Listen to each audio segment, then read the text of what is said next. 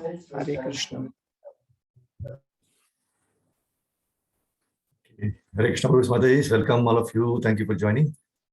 So we'll continue with the Bhagavad Gita, chapter 2, contents of the Gita summarized.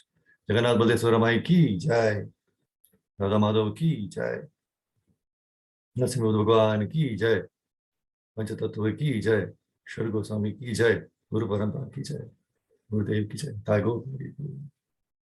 Om Jnana-Dibra-Andasya Jnana-Anjana-Shalakaya Chakshurun-Militam Yena Tasmai Shri Gurave Namaha Namo Vishnupadaya Krishna-Preshthaya Bhutale Srimate Bhakti-Vedanta Swamini Namine Namaste Saraswate Devi Gauravani Pracharane Nirvishesha-Shunyavadi Paschatya-Deshatarane Jai Shri Krishna Chaitanya Prabhu Nityananda Sri Advaita Gadadhara Shrivasadi Gaurabhakta Hare Krishna, Krishna Krishna, Hare Hare, Hare Rama, Rama Rama, Hare Hare.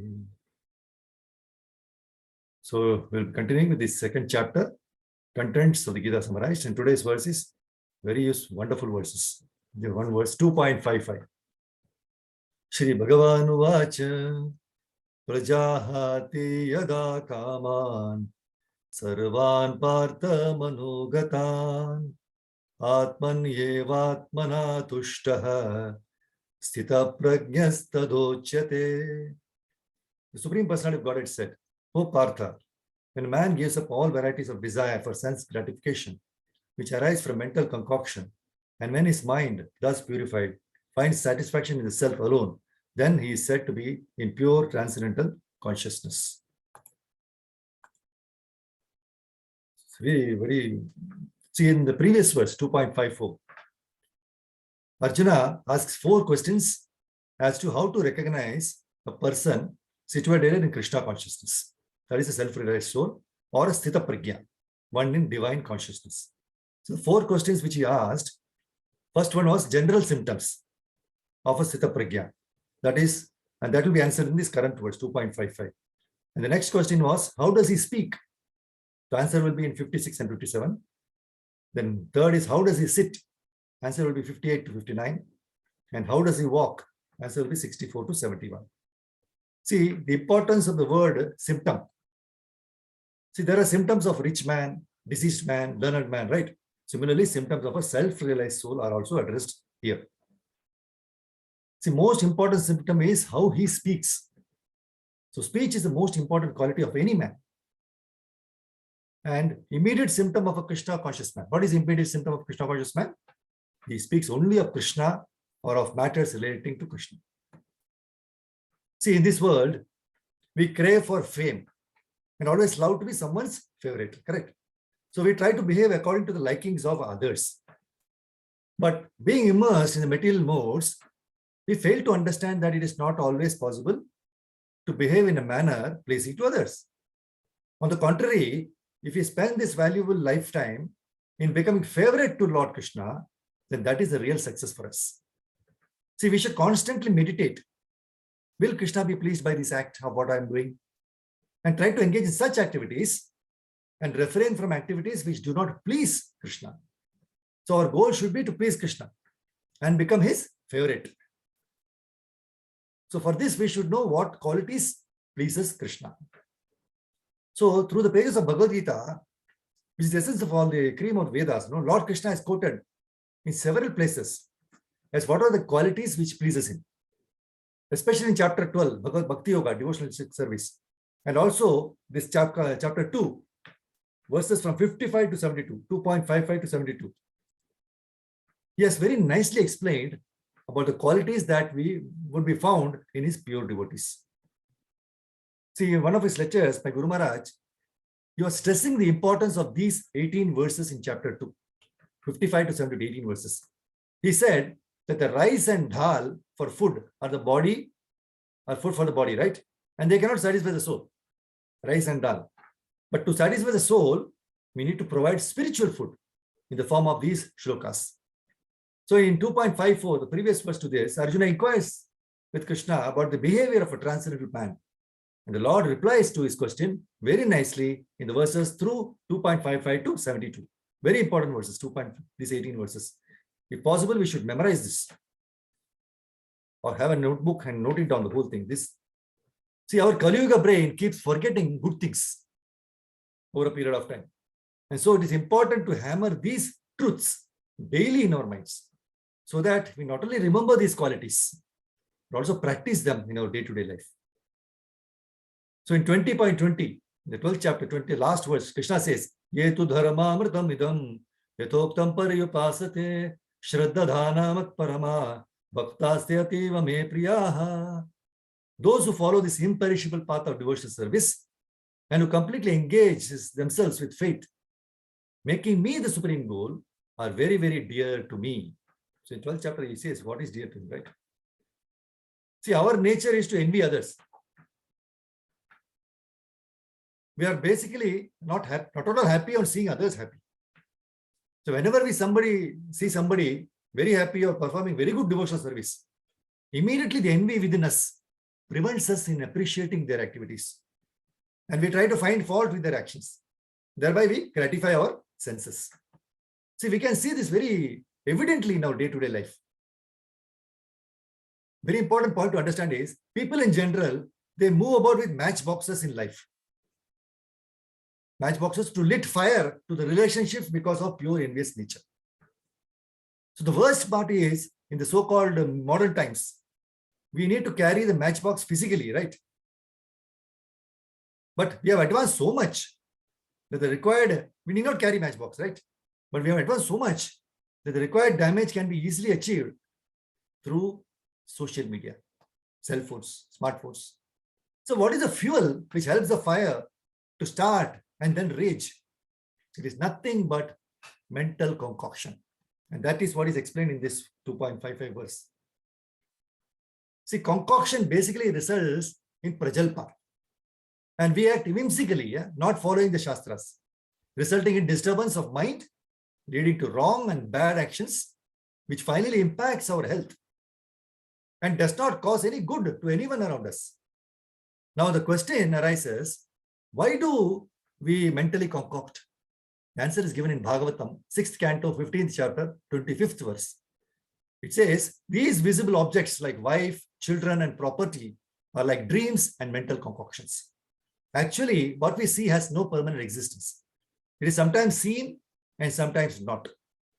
So only because of our past actions do we create such mental concoctions. And because of these concoctions, we perform further activities.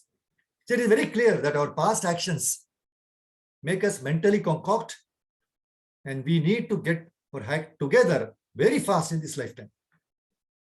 We need to perform simple devotional service with austerity, patience, sincerity, and most important, please our Guru, spiritual master, and obtain his mercy to have our minds cleaned up. And for this, we have to take the only medicine prescribed by our Guru, that is BBC, without delay. Bhagavad Gita, Bhagavatam, chanting. To stop our mental concoction and materia and the miseries that are arising out of it. See, the main disease of the living entity is a desire to lord over and be the leader of everywhere. So this tendency is there in all the species of life, not only human life. See, one dog walks in front and the whole pack will follow. Any animal you take, and this instinct is there. We are very much prone to be mentally concocted regarding this, and Chaitanya Mahaprabhu knows this. So he has given us clear instructions. He knew this. See, the doctor, when he diagnoses what is your sickness, he will recommend you to have the operation or he will give the medicine. So the successful doctor is he who knows what ailment you are suffering from. Unless he detects, he will not give the medicines. And as soon as he detects, then he sees that this part must be removed and he recommends the operation. The same way, Chaitanya Mahaprabhu is a big doctor and he knew this disease of the living entities. So it is not only the human being, but even the animal or insects, they try to be the leader because we are all after Krishna's position. In Golok Vrindavan, we envied Krishna because everybody was worshipping Krishna, right? So we thought, why he? Why not I? And this attitude is inborn and ingrained in us. And not only in this life, but since last millions of lives, we are trying to be Krishna. See, even a pack of dogs will walk, one will be the leader, and the whole pack will follow, right? Cows also have this tendency, elephants also. So all this. So this inborn tendency is in us. And that is why Krishna cuts that tendency first. And there's a very nice verse in Bhagavatam, 11:26-26, 11th canto, 26th chapter, 26th verse, where it says, an intelligent man should therefore reject all bad association and instead take up the association of saintly devotees whose words cut off the excessive attachment of one's mind. Very beautiful verse. Very small verse, but from Srimad Bhagavatam. See, we are lucky to have 18,000 verses. And Srila Prabhupada has done great labor, and he never claimed that he is writing, right? So Lord Krishna in this 2.55 gives the first instruction, if you want to be transcendently situated, that is Sthita Pragya. Pragya means extra intelligent. And fine intelligence is known as Pragya. So with fine intelligence, we are situated in our own constitutional position. And our constitutional position is very clear, that we are not the lords, but we are eternal servants. And this is very simple to understand, correct? But instead of servants, when you try to become the Lord, then Sarvan Kaman, there are so many mentally concocted desires that take charge of your whole existence. And when the mind, with all these wild desires, takes charge of your whole self, you behave like a wild bull. However you try to control a wild bull, he will not be controlled. He will try to free himself. And that is our position, because the mind is controlled by wild desires. And the whole mind, with all the wild desires, takes a grip on your whole situation. And once this is done, then you're completely destroying yourself. Therefore, Krishna instructs us, Prajahati, completely reject, completely leave. What? Sarvan Kaman, all your mentally concocted desires. Do as I tell you. That's what Krishna is telling. So this is the first thing he tells Arjuna, that unless you do as I tell you to do, you will not be happy at all. Nasa siddhim avapnoti, na sukham na param gatim. Very clear. Nasa siddhim avapnoti. You will not attain perfection. Na sukham, there is no happiness. Na param gatim, no spiritual progress unless you obey my order. And his command is Prajahati, you leave. Sarvan Partha Manogatan. You leave these desires which arise out of your mental capacity and out of your mind. And we call it as fruitive activity. That we have to leave completely. Atman evatmana tushtaha. So after decreasing our desires, we do not sit silent, right? What we have to do? Atmani, in our own self. Eva, certainly. Tushtaha, satisfied. We should be satisfied in our own self. And as soon as you can do this, then you will be Sthita Pragya. So how to follow these instructions given by Krishna in Bhagavad Gita shown by Chaitanya Mahaprabhu? See, otherwise we will not be able to follow. That is why Chaitanya Mahaprabhu is a very merciful incarnation. He knew that we are all small children. We are prone to fall down to these inabilities in our life, right? And if we do that, we may not understand Krishna. So Krishna is telling us to leave all the desires and be satisfied in our own self. See, we are ready to follow the instructions of Krishna, but we do not know how to do it, right? So Chaitanya Mahaprabhu in Shishashtakam, 3rd verse, makes it clear how to do it. Trinadapi sunichena, tarorapi sahishnuna, amanina manadena, kirtaniya sadaharihi. He says, one should chant the holy name of the Lord in a humble state of mind, thinking oneself lower than the straw in the street. One should be more tolerant than a tree, devoid of all sense of false prestige, and should be ready to offer all respect to others. In such a state of mind, one can chant the holy name of the Lord constantly. See, excessive attachment of one's mind. This is also mentioned in Bhagavad Gita, that we should detach ourselves from the mind's desires. The thing is, we try to force our mind against the various desires. But the mind is very adamant. Again and again, it will present its desires. So the gyan, the knowledge is, we have to go beyond the mind. Unless you have guided intelligence, we have guided missiles, right? Unless you have guided intelligence, you cannot approach Krishna. Krishna's connection is in our heart. Sarvasya chaham hridhi sannivishto. He is situated in our heart. So heart-to-heart connection is there. So this manogatan is the mind. So these desires of the mind, we have to stop it. You have to avoid the bad association. Stopping the bad association means stopping the bad ideas. Your ideas comes first and then the action follows. So if you hit at the root, then the action will not be there. If you don't hit at the root, then the action will be bad. So in this shloka, the remedy is also given by Krishna. as to how to control the mind. So in this verse, he gives what you should do, how you should do it. And if you can do it, then you will have steady intelligence. So it is impossible for anyone else to give such a so much detail in one verse, right? That's why Bhagavad Gita is coming from the Sakshat throat of Krishna. So it should be in our throat also. We have material throat. But when you recite Srimad Bhagavad Gita, you will have transcendental throat and you will be connected to Krishna.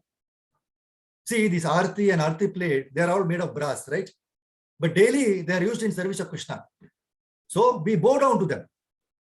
We see so many brass utensils, we don't bow down to them.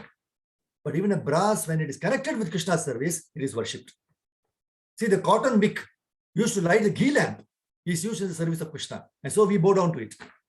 Otherwise, we may be seeing so many heaps of cotton, but we don't worship them.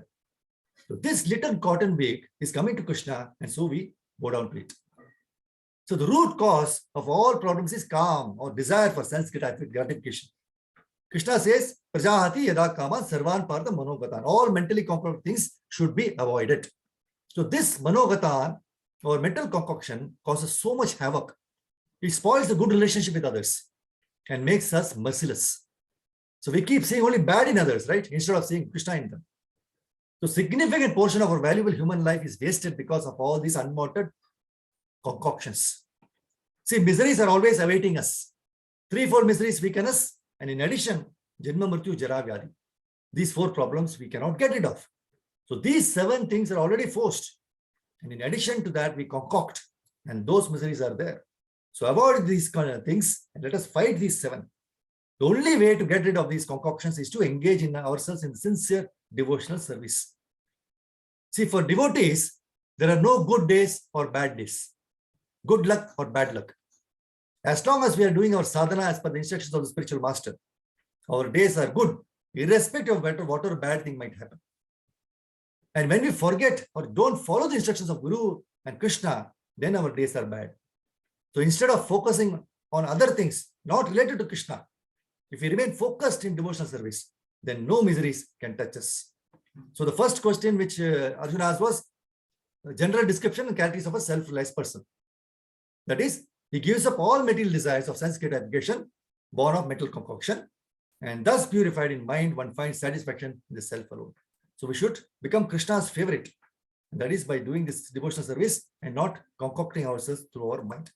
Thank you very much, Professor Mataji. Gita Srimad Bhagavad Gita Gita Srimad. Vancha kalpatarubhya kripa sindhubhaya vacha patitanam pavanebhyo vaishnavebhyo namo namaha. So thank you very much, Professor. Hare Krishna.